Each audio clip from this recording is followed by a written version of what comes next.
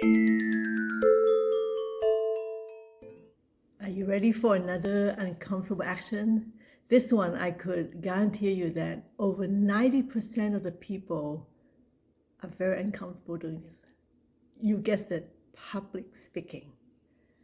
So it depends on which format, right? It's like right now, I'm doing sort of public speaking. So one way to get over the fear is you just keep practicing. So I will record, listen to myself, and then also I will think about what to say beforehand because this is no script, right?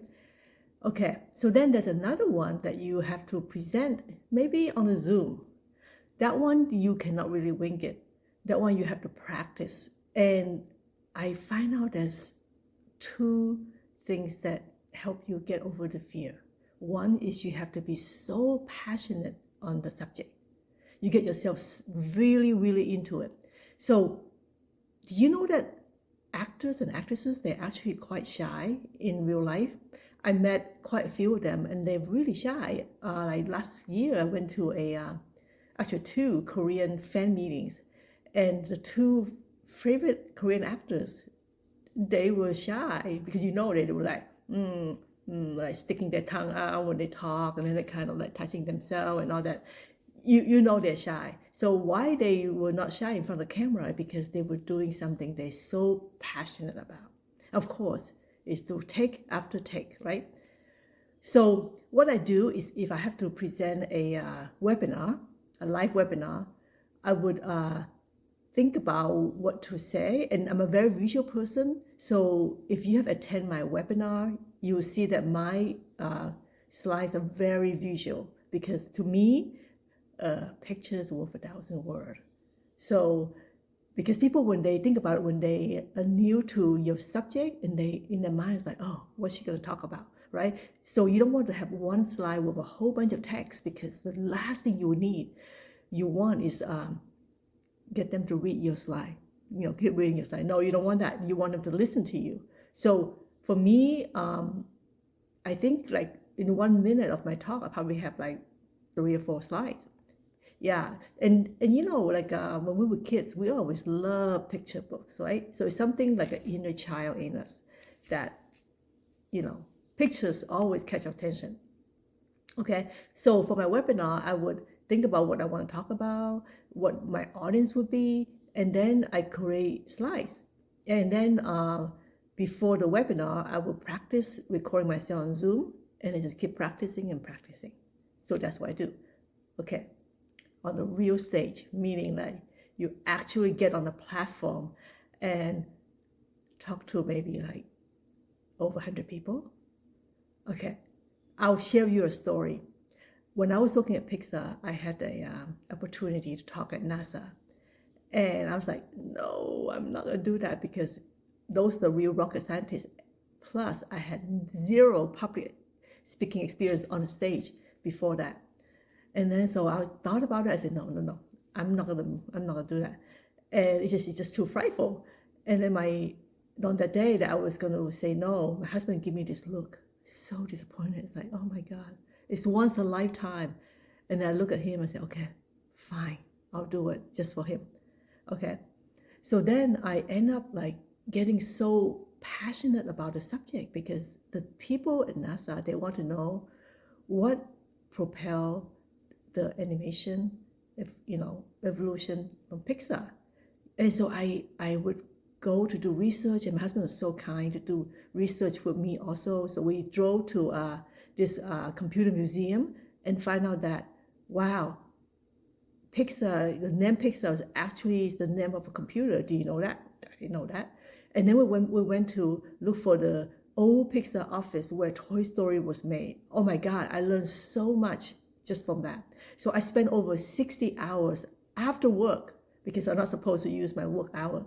So I spent 60 hours, yeah, more than that. And I stayed till 1 o'clock, 2 o'clock. I was just so fascinated by all the things that I didn't know about Pixar. No wonder they're so famous. And then all the previous short films that they started, and then the story about John Lasseter and all the original founders of Pixar and Steve Jobs. Oh my God, it's crazy, right? So then I start creating my slides.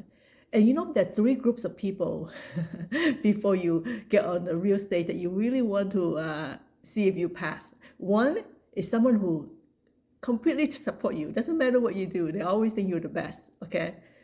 So that's that group of people. And the other one is your family. Oh my God, they're like the worst critical judge. They will pick on everything, including your hair, the way you look, everything. You want to present that to them too. Okay. So I did. So I presented to my husband, and he's like, "Oh my God, you're just reading the script. You can't do that on the stage." And in my mind, I no, this is just one of the practice, because you have to practice reading the script, and then you get rid of the script and then just talk naturally. This is exactly what actors do, right? They have to read from a script, and then the third one is somebody who doesn't think highly of you, who doesn't think you're gonna make it. Okay.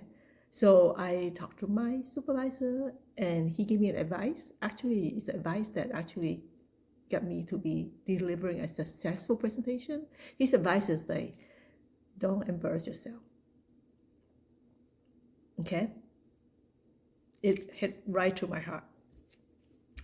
Okay, don't embarrass myself. Okay, I'm not going to embarrass myself. So on the day of the presentation, it was awesome. The sound engineer was perfect, and then I got the last advice from one of the supervisors at NASA is that expect the worst. And you know what? That was my first public speaking. Everything went so well, and then the front row is all on my Pixar friends, and during the presentation, I felt the support, and then I did so well. And then the last judgment was, after your presentation, if people really like it, there should be questions. And to me, it was quite scary, because after I was done, there was a long silence. And I was like, in my mind thinking, was it really boring?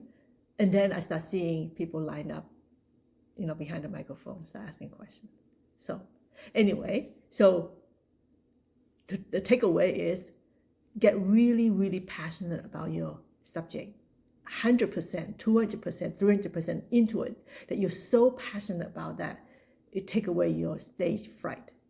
Okay, and then of course practice and present it to those three group of people: the people who think you are always amazing, doesn't matter what you do, and then your family members, especially the critical one, and then someone who doesn't think highly of you. Okay, I hope you find this helpful. And you know what?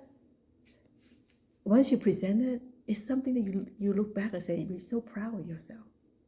So hope you like it, and share comments below on your experience of public speaking. Thank you.